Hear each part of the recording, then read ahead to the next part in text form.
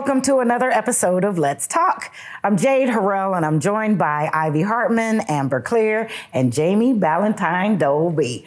Ladies, where have you been? How have you been? And you sure look good while you was doing it. She's always so kind to us. I tell the truth. Where have you been? Welcome back. Thank you. It started summer, right? Okay. So I am excited because school's out for me, and then I can't wait to get poolside. That's my happy place, right? Like a little bit of water, a little bit of sun, and a book. And the book. Baby girl. I've been out like Like a light? yeah, no. Like if you want a good St. Louis weekend adventure where you feel like you got away, I suggest going to Klondike Park. It is a white sands beach in Missouri. It has a is. beautiful walk. There's Good News Brewing right there, super close, right on the good Katy news. Trail, which is also like, it's got like that forest rooftop ferry vibe. And then they have, probably going to say it wrong, but I love this place. It's Frisella Nursery because they have what I call the Dr. Seuss trees. And it's pet friendly. You just walk out there, it's 30 acres, and you feel like you're in a whole, it's a vibe. So that's your weekend plan. Very nice. Little weekend trip. Yeah. And with the trees, it's probably not too bad in the summer. Huh? Not at all. And there's water right there. Well, sure. Can't beat that. Miss Dolby. I mean, the summer for me means Interstate 70 because I'm in KC in St. Louis for the most part of the summer, which is good. Having a ball in both cities. For me, summer means like family. Like my son is out, and so we pretty much do what he tells us to do all summer long. Yeah. So I don't really know. I did do Taco and Tequila Fest. So Bravo. but yeah, he did not participate.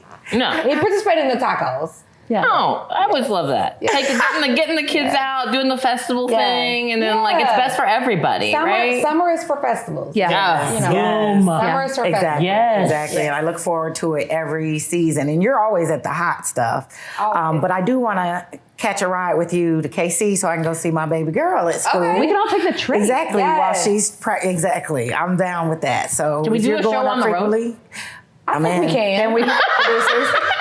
They blinked. It meant yes. You know, that's it. That's the signal I got. Breathe if we can have permission. We love summer, and we love one thing about summer is cheering on our major league soccer team. Oh. St. Louis City SC is doing both great things on the field and off, including fantastic programs and community initiatives focused on diversity and inclusion, and more. Leading the way is our guest today, so don't go anywhere. Kristin Mosley will be joining us after the break. Stay with us.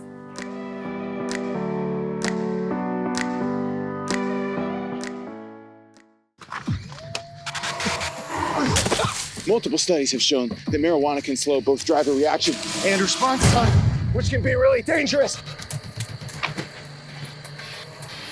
He's here. He's here. Wait. What? I can't drive. Why? I'm high. Oh.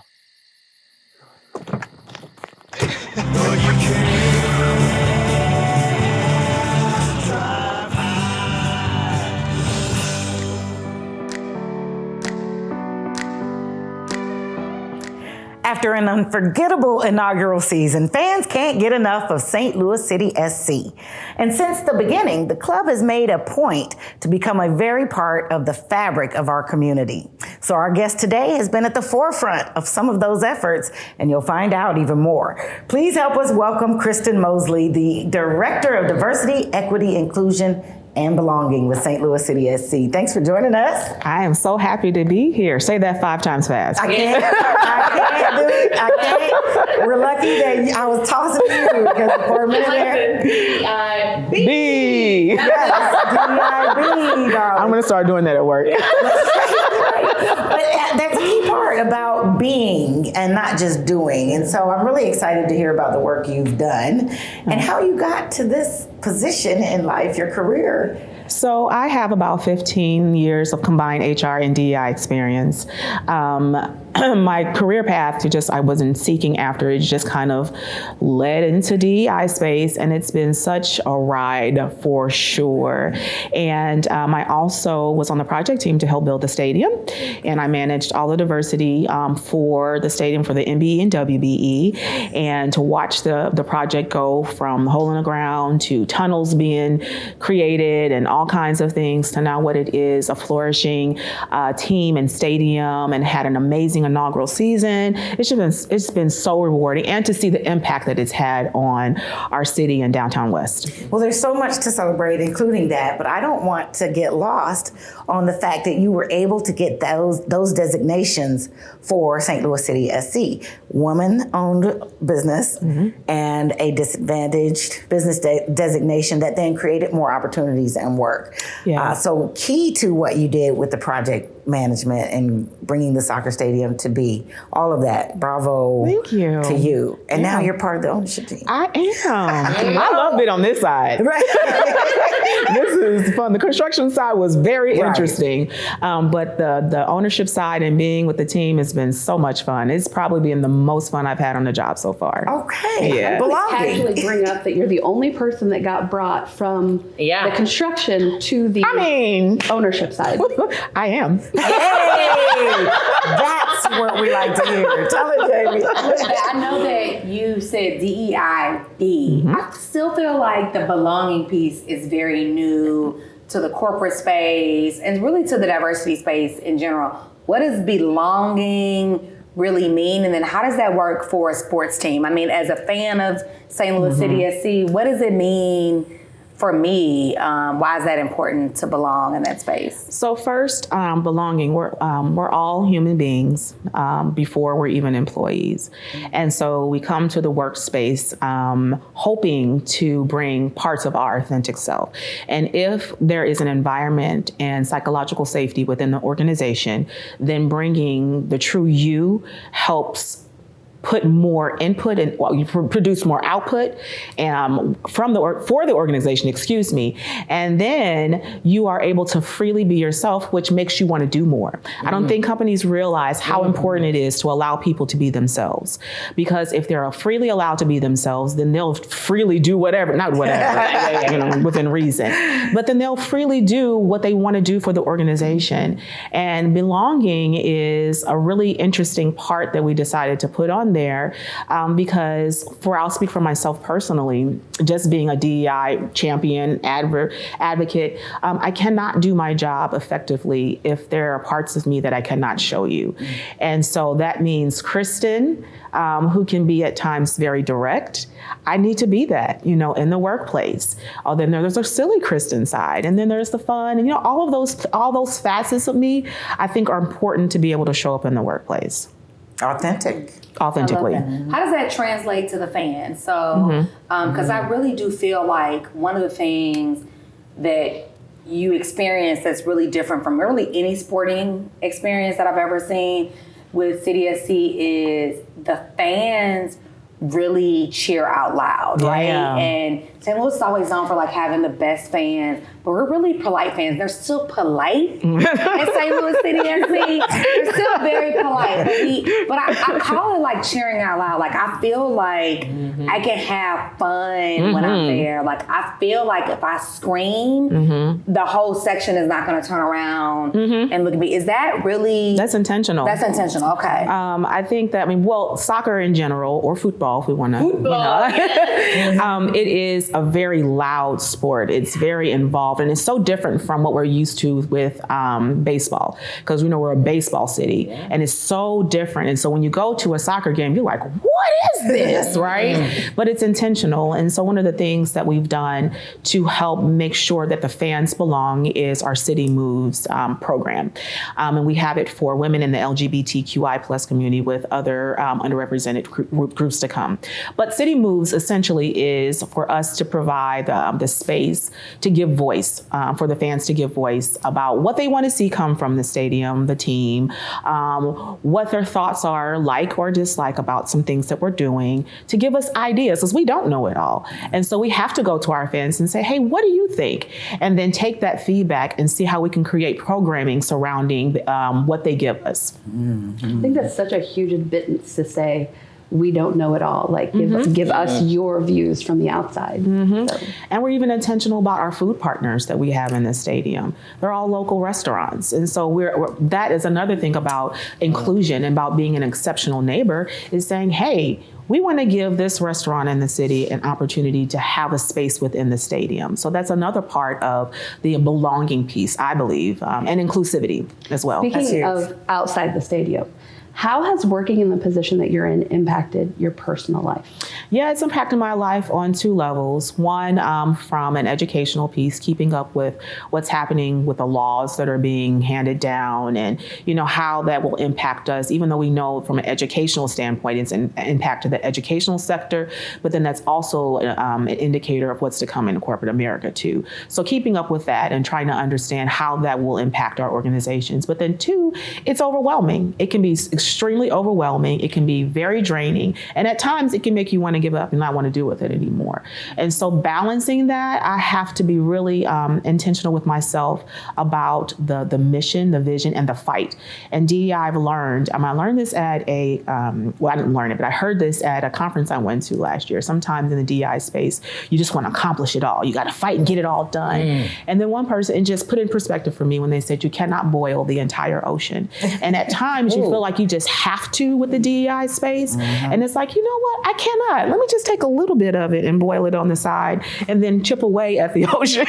And be okay with it. Yeah. And know that if I've accomplished and I've done something that's small, that it has an impact. And one of my favorite things that I love to use as an analogy is that the size of a mosquito to the scale of a human body. You don't at times really feel it, but when you get that bite and that prick, then you feel it on a human body. So the impact, even though it can be that small, that is the impact that we can have on the city of St. Louis. Just that one little prick can have that big impact in the city. Well, speaking of that, I haven't been able to visit the space yet, but the Pillars of the Valley exhibit and the incorporation of that. Talk about that in terms of honoring that. Because that could be that little prick like, I didn't know that I'm standing on this space and this is what it initially was, and being able to honor that and then invoke some thoughts among people who Absolutely.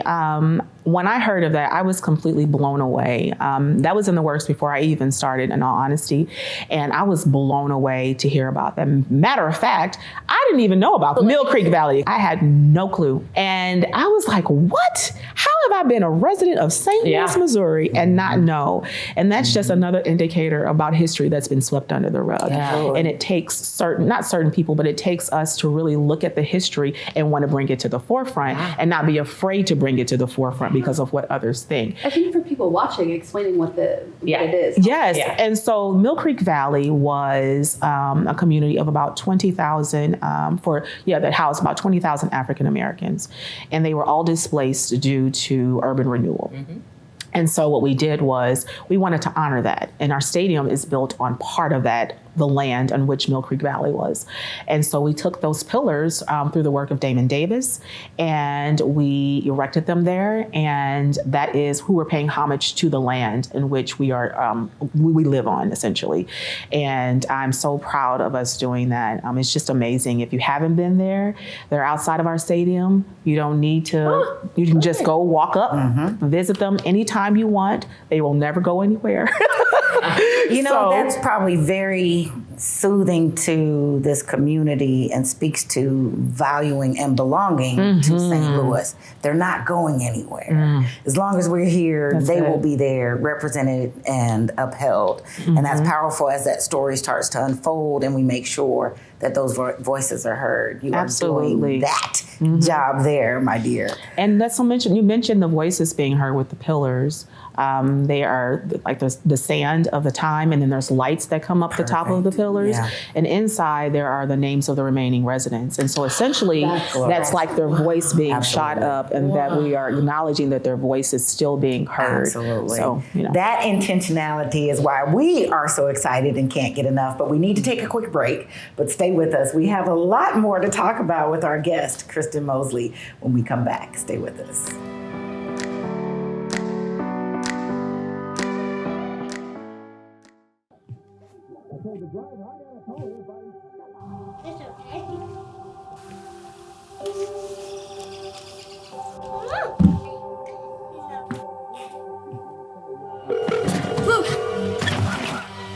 911, where's your emergency? Everyone's on their way. What happened? So your friend's not safe. She's dead? Yes, please get my mom and dad. Oh my God!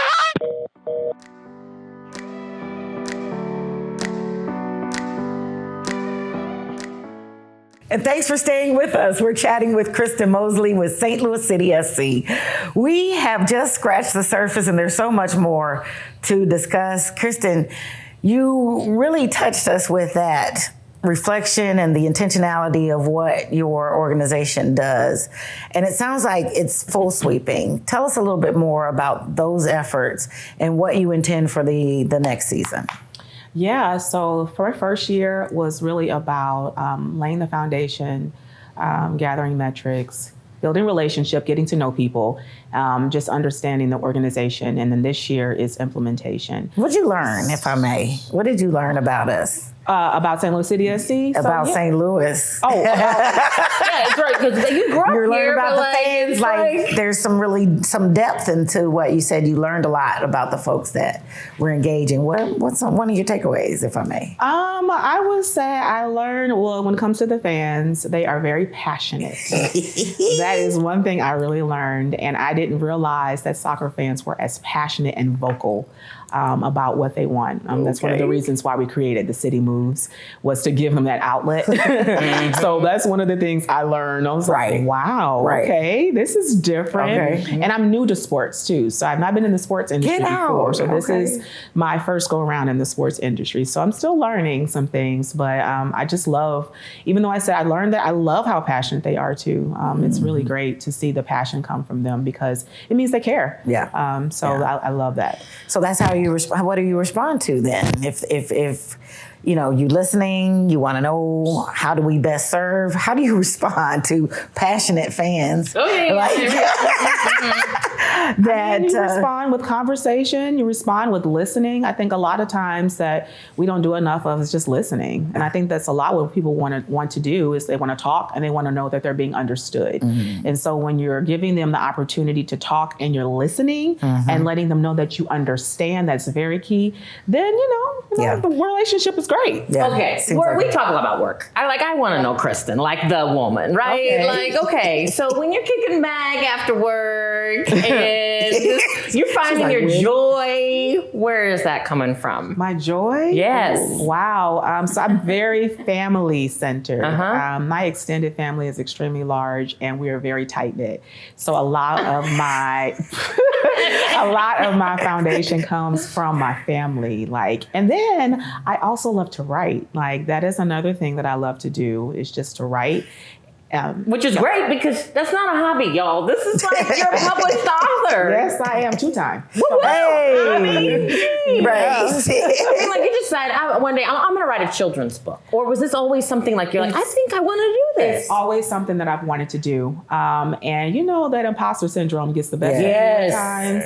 And one day I just said, you know what?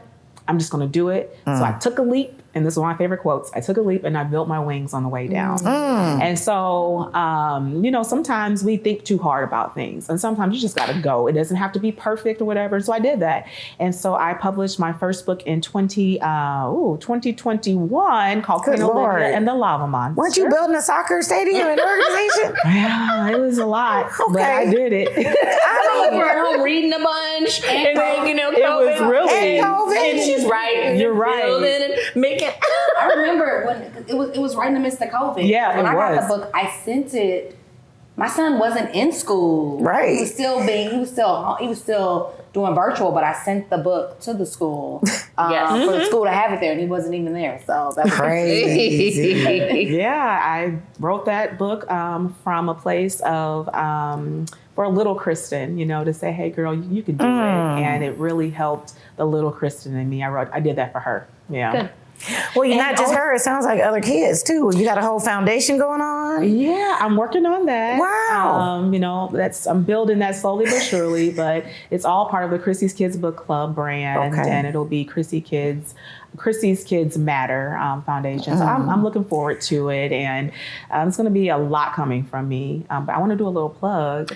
My second book, Klear, Olivia, and Superhero Dad, has been inducted into the U.S. Library of Congress. Oh, come on. Bravo. Now, what ages are these readers, what age readers are your books for? 1 to 8. But I've seen older kids like it. Oh, of it's course. interesting. You'll see adults like it, because I feel like what you're doing is making tangible the understanding of this humanness, the belonging. You have a place and a voice. Absolutely. And you're slipping it in at a bit younger age. If you can do it in sports, I'm creating you can the do it everywhere. through the book. Absolutely. Creating characters for little Black kids, especially little Black girls. When I didn't see myself reflected in a book, well, then I have to create that too for other little Black girls to see themselves in a book. So that's why I said I did it for little Kristin. Yeah. To look in with a little girl with beads in her hair and braids. Representation matters. Yeah. And if our kids are not exposed to it, then they don't know if they can be it. So I want to ensure that they are exposed to it so they know they can be it. Well, I hope in your series you have a director, an executive level director of an internationally successful athletic program as an example that reflects what you do for our little girls. Absolutely. Amber, having that kind of model and encouragement makes such a difference. Huge. It's empowering. I love that. How do you balance, obviously, being an author? And side note, we talked about you having a big family. I'll just get it out. This is my cousin. Oh, breaking news! I won't hide that, but I've never asked you Full disclosure. Full disclosure, we are cousins. But how do you balance a big family, being director, at a soccer club, a well-known soccer club, successful, and an author? How does all of that fit into one woman? Fit into one woman, really. Yes. Fit into one woman, but also being successful at both. How do you manage all of that? And just so you know, you are editorially independent, and you do not have to answer based on. Yeah. You can. She's her authentic self with me, trust me. She's fully her authentic self. You are you are free. It's good. One thing, so I live by my calendar. I live. Digital or paper? I was trying to be like one of those girlies with the whole planner, and I couldn't keep up with it. So I have to just have it on I'm on my phone. So everything. Yeah, if it's not on my calendar, then I don't know it. No. I'm so serious. Kids, work, all of that? All of it is on my calendar. Okay. I live by it because I'm super organized, and so I have to keep myself that makes sense. together. Otherwise, I feel frazzled. And then the other is I take time out for me. I am a nap girly. Give me a nap. Oh, sister. I have to get my sleep. Yes. Because even I do struggle with sleep a little bit. So when I can find a place to get a nap to recharge myself, woo. Oh, is this a little something the SC's got going on over there in your corporate offices? Those little nap slumber things. Yeah, maybe I need to incorporate a nap room. Google's got them. Come on. Exactly. Oh my goodness. And then I love to just hang out with friends too, just to, connect with my girlies, that helps recharge too. And I can truly be myself without judgment. So that helps a lot. That's the word, without judgment. I can belong without judgment, even if I'm vastly different from anyone else in the room. Yeah. It's amazing how much laughter can re-infuse you, though. When you're out with those friends, right? love and you're to just laugh. eat, and I know you like food too. Oh, yes. That's because I read in your bio. It's not. I know I like food. I love to eat. What do you mean? Yeah. And so that's my happy place. And then you just bring that laugh like this. You know what I mean? You just bring the laughter. Let's talk and laugh. Why don't we? Boom! I just got the best vaccination. I love to laugh loud too. What's your favorite food spot in the stadium? I know. I was gonna ask you. I was like, favorite Loaded question. Favorite food spot in the stadium? We're not on camera. Go ahead. But we are. in the States. Okay. So if you want to do top 3, you can. Yeah. I'll do it was my question. See? Thank you. So, family privilege. My favorite, because it's just, I don't know, I have a thing for them. I love Soul Taco. Yes. That is my favorite one. And I love Asian food too. So that fusion that they have is That's my favorite place. It sounds like we could go and enjoy anything we want to eat. Yes. And enjoy the game any way we want to, in respect and with others. And we have an opportunity to not only reflect on how you came to be, but how vital it is that we're present. And I thank you for that tremendous work you're doing in that space and for modeling what we need to do to replicate that in our worlds and work as well. Yay. I could talk to you all day. Yeah, great. Matter of fact, right. Could you pencil me? Could you? I will. Pencil me in. I don't need a whole bunch. Just a regular one. But Kristin, thank you so very much for joining us today. It's truly been a pleasure to learn about what you're doing and especially about you. We love everything about it, and we want our viewers to be able to keep up with you. Yeah. You can learn more about Kristin's books, Krissy's Kids Foundation, and by visiting her at kmosley.org. You can also keep up with all great things happening with St. Louis City SC, and you just go to stlcitysc.com. Let me say it again, stlcitysc.com, and find local mental health tools as well as resources at tacklethestruggle.org. Kristin, it's been a pleasure to have you with us. We're not done yet. We do have one last break, but stay with us for more as we send Kristin on her way, and we'll talk with you some more when we return. Stay with us.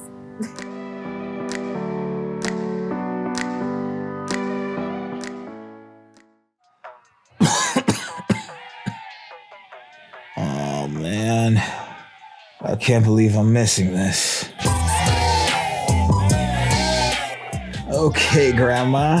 I see you. Don't get stuck at home with the flu.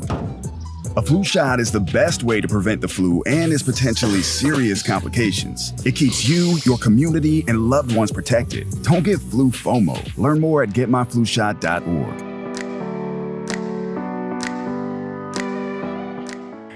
Jami, your cousin was just delightful. The family is amazing. At this point. I mean, we've only met two. Well, let me tell you, they're a tenth or something of the family. It's a thing. But I'm so inspired.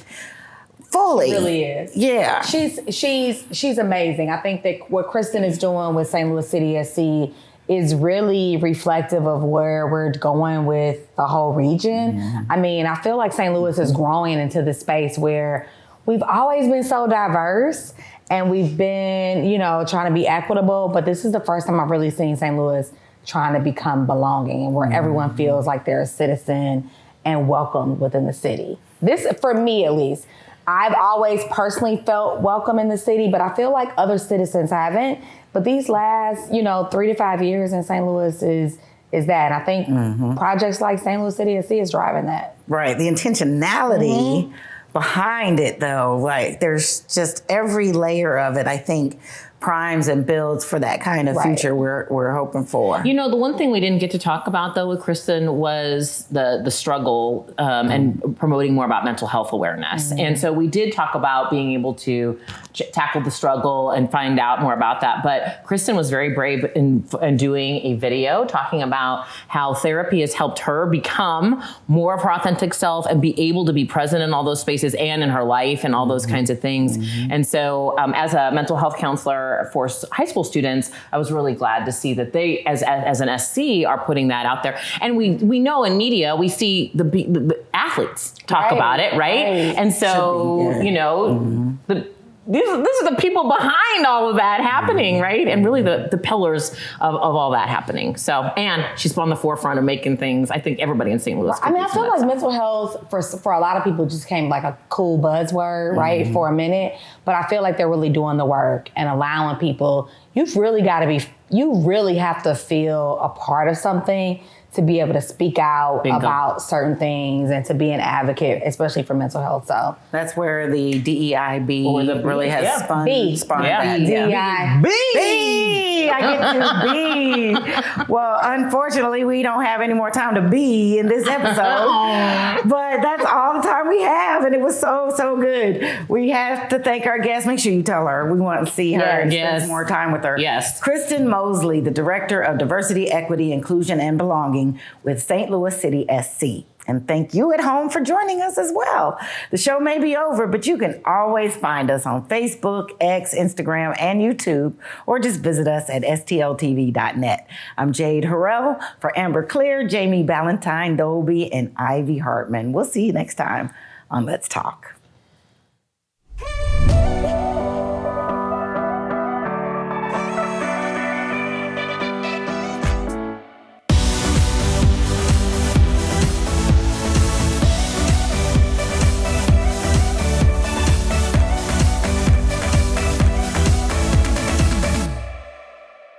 But you're a young one, gonna be a person in the street someday. Mud on your face, A big disgrace. kicking your soccer ball over this place. We will rock you, rock you, rock you, rock you. We will rock you. Butter me up.